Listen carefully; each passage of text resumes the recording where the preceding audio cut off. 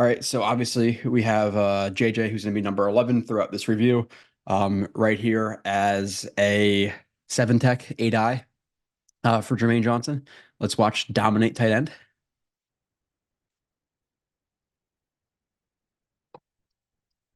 What you want, right? Versus with your strong side defensive end, which Jermaine Johnson's going to be a lot this season, obviously, because in terms of the other edge rushers the Jets have, you're not going to necessarily put Will McDonald on the strong side. You're not necessarily going to put Reddick on the strong side. So it's going to be a lot of Jermaine Johnson, and I'm assuming his sub as of right now is probably going to be a guy like Michael Clemens.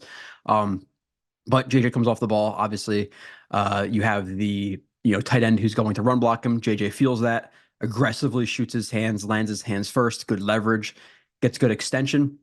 He kind of shit whips him to the inside right off the jump, just to make sure that the running back doesn't bounce that run outside of him, so he can contain the run.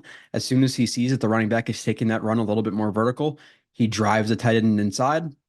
And once there's full commitment to the inside, JJ then gets some extension with the left arm, allowing his hips to cross over the tight end's hips, swims over top, gets in on the tackle of the running back. Um, Obviously good power here, right? Again, just completely dominating the tight end, standing him up, again, whipping him to the inside, making sure he keeps that outside contained. And as soon as the running back commits to the inside, again, gets good extension, crosses the face with extension and punching through, gets in on the tackle. Good play. JJ, give me a sack. And this is something we'll talk about throughout the review. I think he had 7 sacks last season. We'll go through them, obviously, and we'll see kind of the quality of them. And are they replicatable? Is it something that he won by himself? What exactly was it? In terms of the sacks, again, all sacks, in my opinion, are not created equally. So let's look at his sacks. And obviously, this first one is a gimme sack. So something that's more so scheme and a little bit of luck than more so than a great move versus like a tackle or anything like that. So Jets run that TE stunt. Obviously, Jermaine Johnson does a good job initially pushing up the field, really distracting the tackle. He's really selling that he's rushing up that arc well. There's not really much delay there, or he doesn't show much to the tackle in terms of like, hey, I'm going to loop to the inside. So it's a good job executing the stunt by JJ. I like the shortened stride. I like the hop step off of that outside foot. So we have definitely good technique on a stunt, which is part of it, right? For sure. Q eats up the guard. He distracts him. Guard overcommits the hips to Q, which gives JJ a pretty clean clean path to the inside. Throws out like a chicken wing right there. It's not a rip. I call it a chicken wing. You're just protecting that chest. He does that. Obviously adjusted to Josh Allen's level, crosses the helmet, and brings him down for a sack. So good execution on a stunt. Again, not like not beating a tackle or anything like that. So that's the first one of the season, and we'll go through again, obviously the other ones later, as well. But good athleticism, again, good footwork for sure by JJ on that one. Effort, big hit. Okay, he's right here to the outside, left edge, but to our right. All right, obviously gets chipped, right? This is just all effort. Big hit, right? We're not off the jump. He rushes. He obviously gets chipped by the tight end. I don't think he really feels the tight end. If he does and just tries to kind of splash him, okay, that's fine. Now, obviously, at the point where he starts to rush the tackle, he sees that Josh Allen pulls that ball and starts to scramble. So that he immediately, tries to run him down, flips the ball out to the running back, full pursuit, full speed. Again, he's a guy who plays balls to the wall, JJ. It's one of the great things about him. You never have to question his effort. And here you can see that, and gets a huge shot because of it. Huge shot because of it. And you never know. Some of those plays turn out to be, for JJ, like one of the things that's great about him in his game is like, even if some of the sacks were created by like scheme or even sometimes effort, he also does some things like there's some intangible things that he does that maybe some of the DNs don't do. Pass deflections, effort, big hits. Plays like this could be a fumble in the future where you lay a huge shot like that. Obviously, he had the tip pass into a touchdown for against the Browns. So he offers some different things because of his effort, because of the tenacity. Definitely like JJ as a player for sure. He's turned out to be a really good pick for them. So effort again from JJ, right side right here against Tyron Smith. Loose 5, if you want to call him that. If you want to call him like a 7 tech, because there's a tight end there, he'd be about outside shoulder. Again, I don't care. Let's go. See the play. More effort, right? Stuff you love to see on film. I don't like low effort players at all. I really don't. Um, just because I've been burned by them a lot in the past, and they're very hot and cold. And JJ is a guy who's going to give 100% effort every single play. So obviously, you have counter tray, counter OT, whatever you want to call it. JJ right off the jump obviously notices that Tyron Smith evacuates that area. He closes ground on the mesh point. You want to close this gap right here between tackle and yourself. Obviously, sees Dak's eyes, doesn't want Dak to pull the ball, so he does a good job of keeping that outside contained. As soon as he sees that the ball is handed off, the chase is onto the running back. Good angle. He doesn't get too flat right here. Good conservative angle to get over the top. Gets over the top, chases on, makes a tackle. And like, who's to say right now that if JJ doesn't run him down like that, that Pollard's probably gone? So you have JJ who, if he didn't have the recognition and he didn't take a good angle, good pursuit angle, trust me, there are DNs right there who try to shoot that gap shallow, and don't make that tackle, or maybe run into Whitehead or whatever it may be here, or just not give full effort. And then this is a touchdown. But JJ preventing a touchdown, something you don't really think about in terms of this game, but we lost anyway, obviously. But good play by JJ. JJ spin pressure. Okay. To the left side of your screen, right edge. All right. Yeah, I think he added a little bit more to his bag in year two. I like the idea here. One, just whether it be pre or post snap here, I like the fact that he's rushing up the arc. He notices that Ezekiel Elliott is going to chip him. So why is he just going to rush to the inside shoulder? Or I mean, why is he just going to rush to the outside shoulder if he's going to get chipped? So you really have two options here. You could turn it into a bull rush, if you're able to, or you could spin. Obviously, you could win with like a leaping cross chop to the inside or whatever it may be. But we want to win to the inside is the point, or directly through the tackle. Not an easy spot when you're getting chipped by the running back. Now, luckily the tackle does overset here, and it's a pretty shitty punch with opening the hips up, especially considering you have the chip to the outside. If I was the O-line coach, I would be talking about, setting that a little bit more to the inside, considering you have help to the outside. Nonetheless, you have JJ who times it, gets into the contact window, explodes off the outside foot, the instep, which propels himself to the inside, chop down in the arms, or ideally you chop down on both arms, but as long as you get that outside arm, you chop down on the outside arm. The spin move, your shoulder and your back should deflect the inside arm. Shoulder and back deflect the inside arm.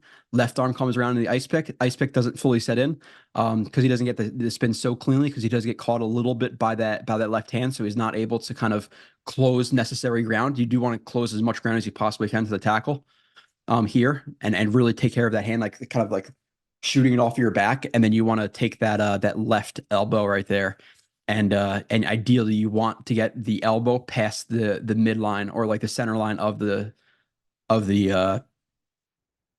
tackle, not the center line, more like the basically on the back. That's what I'm trying to say. I don't think that's not the center line, but you want to get it past his hip, past his back, and that propels yourself forward. So he doesn't get it super cleanly, but now he's working just past the arms of the tackle, drives the feet, and then gets the pressure onto Mac Jones, who doesn't complete the pass. So it's a good spin. Good spin. It could have been a little bit cleaner in terms of taking care of that outside, in terms of taking that outside hand, or taking care of the outside hand. But it's a good move. It's a good spin. Just not an A+ spin in terms of the hand placement. If that hand were to just slip off the back of the bat, or off of his shoulder pads, and then he was able to get that ice pick fully set in, and we're talking about A+ spin. JJ held do more though.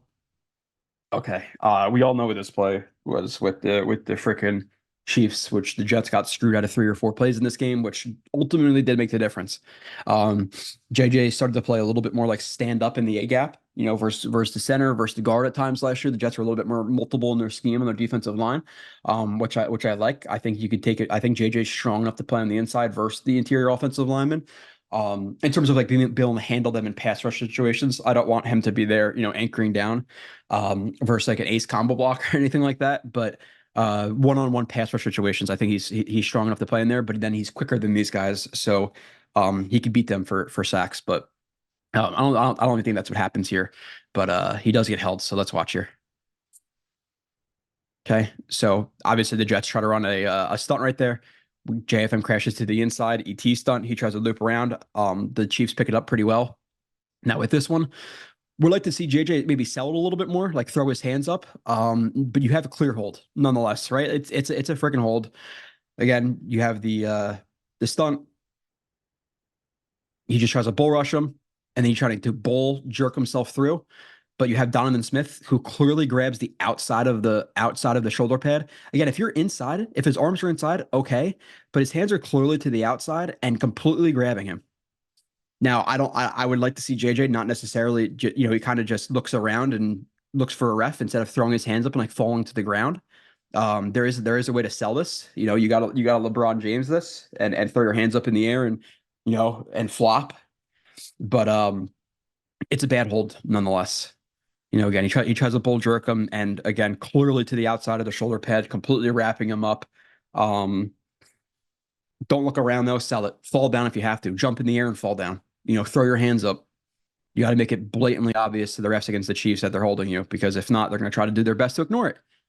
And they're going to be like, "Hey, do you think other people will see this call? Because if they do, I'll throw it. But if people won't notice, I'm not going to throw this because we gotta make sure the Chiefs win." JJ tackle for a loss. Right side of your screen right here.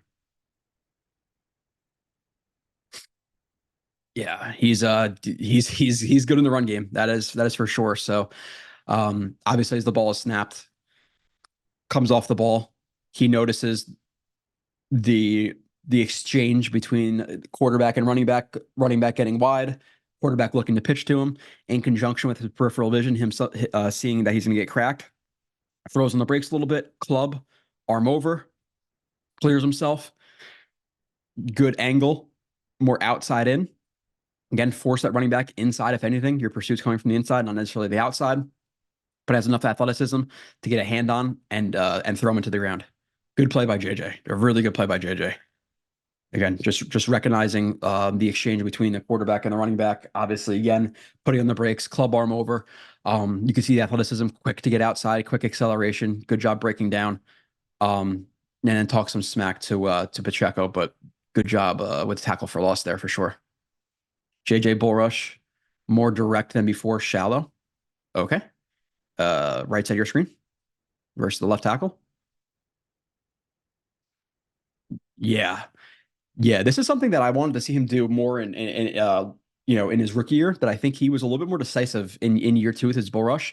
JJ, to me, he's a good athlete. I don't think he's not a Will McDonald. He's not a Reddick in terms of like his bend and stuff like that, but he's more powerful than those guys. And in his rookie year, I did want to see him be a little bit more just decisive with his power. And I think he did that more so in 2023. I think he even get better, going forward. This pass rush, there was some indecisiveness, but here I really like it. Now the rush is a little bit shallow, and obviously goes under Russell Wilson, who's able to just move out of the pocket there. But in terms of the actual bull rush, again, there's really no hesitation here from JJ. One step to the inside, one outside, sees the open chest of the offensive lineman, takes it. Lowers his pad level, clearly wins the leverage battle, gets his hands inside, rushes through those arms, is getting extension or is fighting to get extension, driving through his feet, clearly creates plenty of movement, which disrupts the pocket and forces Russell Wilson to scramble out of the pocket. So I do like how decisive this is. You can see he gets right into that, one step right off the jump. There's explosion off the snap, which is going to get the tackle to get on his heels a little bit. And then again, JJ just takes advantage of that and bull rushes him straight back into the quarterback's lap. Again, it's a little bit shallow. So he'd have to really, time that well to come off of that and sack Russell Wilson, but still clearly disrupted the play, right? Ball is not completed. JJ bull better, but more linear to roll hips. Okay, so I'm assuming a little bit lower and roll the hips up. Let's watch him versus the right tackle. Yeah, a little bit high in the bull rush there. But again, a little bit more decisive here. Comes off the ball. Similar as before. 1, 2 outside, almost like a rocker.